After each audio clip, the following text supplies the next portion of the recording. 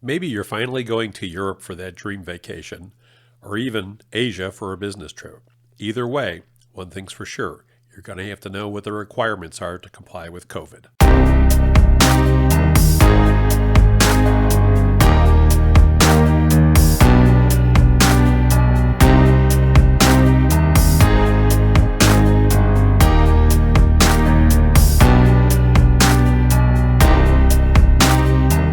We always travel anonymously and never accept any kind of gratuity or incentive to provide a favorable review. This way, we can give you the good, the bad, and the ugly without any influence. The COVID situation is changing frequently. Here's what you need to know before you go. It's quite helpful to check the CDC website and look at the particular country that you're destined to visit. Not all countries report, so be careful. There are a few gray areas. Before you head for the airport, there are 4 major things you have to keep in mind. First of all, what are the destination requirements? Second, are there vaccination or acceptable exemptions? 3, what are the testing types? And are you subject to quarantine? Remember, it's very important to check and recheck every country you will visit or transit. It's important to remember this because the rules change frequently.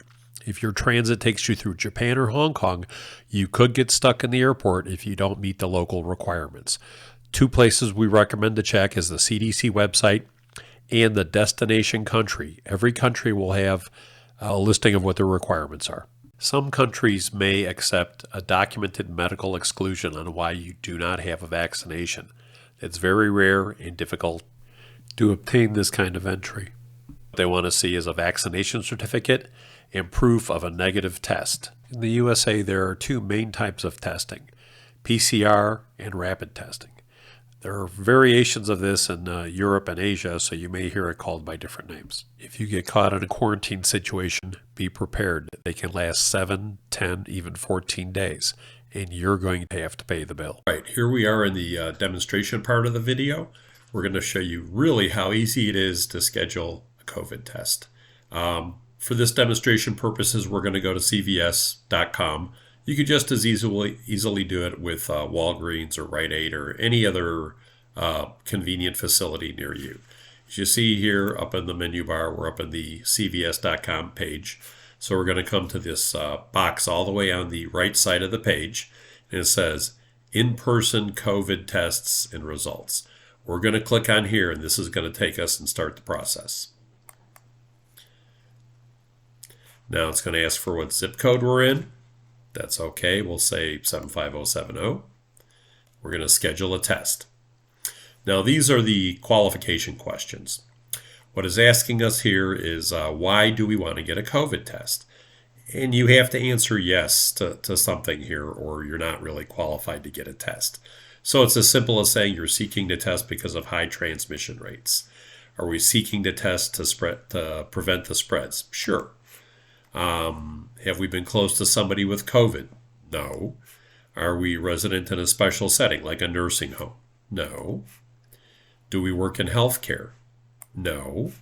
Do we work in a special setting where there's a high risk of transmission, like do we work in a nursing home? No. What is our medical history? Have we been asked by a physician to get a COVID test? No. Have we experienced any symptoms? No. And then we're going to check the box, and then we're going to submit, which is going to take us to the next section. Now, it's going to populate with the 5 or 6 locations that are nearest to us. And then the part here is asking which test do we want to take. Now, if you're traveling out of the country, one of these may be acceptable and the other may not. Usually the PCR test is considered more sensitive and more accurate, so we can say we're going to take the PCR test. That's fine. Now, if we come down here, it's just going to generally give us 4 or 5 days in the very near future. The problem you're going to run into is these testing appointments are backed up many days in advance, maybe a week in advance at least. Because if we come down here and try and look at the dates, check for available time, check for available time, check for available time. That generally means that they're booked up and they're not available. So let's see what this gives us. No time available on this location. Come to the next one. No time available for this location. So you're going to run into this if you're trying to get these tests booked on short notice. We'll talk about that in a minute. What you need to do if you need to get this thing done in like a day or two because you have an emergency trip. So let's look at show more dates, and let's go out about a week. Today's date is March 1st. We're going to look for testing dates on March 8th. We'll pick 7 days in the future. Oh, guess what? They all populate up now that they have appointment times. Here's one a few blocks away, 4 or 5 dates. There we go. There's 4 or 5 dates. So if you pick about a week in advance, you'll have available appointments and available testing. So for this location here, we're going to pick a 10 o'clock appointment, and it's going to take us to the registration page. This is pretty much insurance qualification and just getting you on the calendar. You're going to, we'll say the patient's name is John Doe, and there it is. Pick a date, doesn't matter, whatever your birth date is. Relationship is yourself. Your address is 123 Main Street, and that doesn't matter. We'll pick any address there. You know, you're going to put in the accurate information, of course. Ethnicity, race, gender, they're required to ask, and I always say I don't want to answer because I don't think that makes a difference. I prefer not to answer. John Doe at Gmail.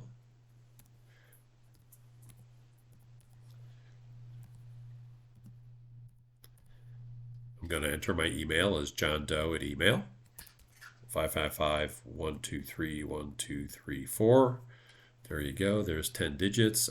Do I have health insurance? Do I have Medicare? Do I have Medicaid? I'll say I have private health care. That's fine. It's going to ask who's the plan provider. There's a drop-down menu. You have Blue Cross Arizona, Blue Cross of Hawaii, Blue Cross of Illinois, Blue Cross of Kansas City. And put in the member ID, the group ID, and all that relationship stuff. They're going to ask for a copy of the health card. You can either do it now if you've already taken a photograph and you have it on your computer, or, which is actually more convenient, they will text you, and the app is better to do it this way. If you say later by SMS, they will text you at that phone number and they will ask for a copy of your driver's license. This is by far the easier way to do it. And then a couple more qualifying questions. Are we pregnant? I don't think so. Do we have any medical conditions? Not that they care about. Is it the first time taking a COVID test? No. Have we previously been tested?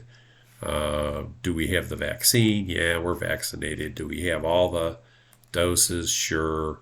It just keeps going through some of these questions. They're just trying to build a database to see who is affected, what vaccines have they taken, and how effective have those vaccines been. And, they're going to ask you when you got the first dose. I got it 04/15/2021, and I got the second dose 2 weeks later, 05/01/2021. There we go. And I authorize CVS to leave a voicemail if they want to do that, or send personal health information. So you have to opt in. This is just how they're going to call you and give you your test results. Honestly, when you go through this process, you can wait around. If you're getting the short test, the rapid test, you can wait around and they'll give you the piece of paper in about an hour. They'll just print it on site and hand it to you. If it's the more detailed test, the PCR test, they're going to email that to you later on. And you understand, you consent, you agree, you go through all the check boxes. If you make any mistakes in this lineup here, they're going to come back and give you, where did you make a mistake? And you keep going down, you go to the bottom and you say, okay, I'm right. And it's that simple. Now that we've got it all booked up, we're booked for Tuesday the 8th at 10 o'clock. in the morning, and it tells you to drive up. We'll show a picture what that looks like. There's your confirmation code. So if you fill out the information completely, you will see a confirmation code on your computer, and you will also receive a confirmation code by email and by SMS. So it's really that simple. It's not that hard to get it done.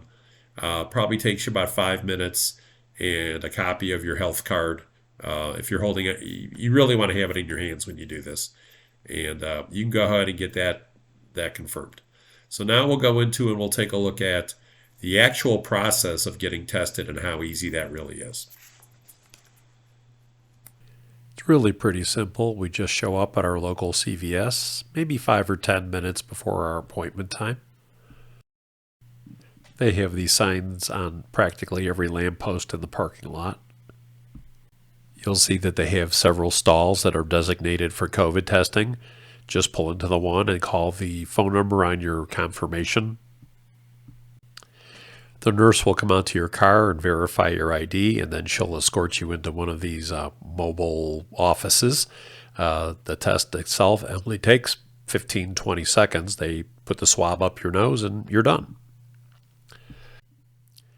Now, if you really can't get it done at your local pharmacy, there are on-airport locations in Chicago, New York, Los Angeles, all the major airports. They're very expensive. It can cost $200, $300 to get a same-day test. And don't forget, when you come back to the U.S., you're going to have to repeat this whole process all over again. Thanks for stopping by. We hope you found the content useful. Please remember to hit the subscribe and the like buttons and help our channel out.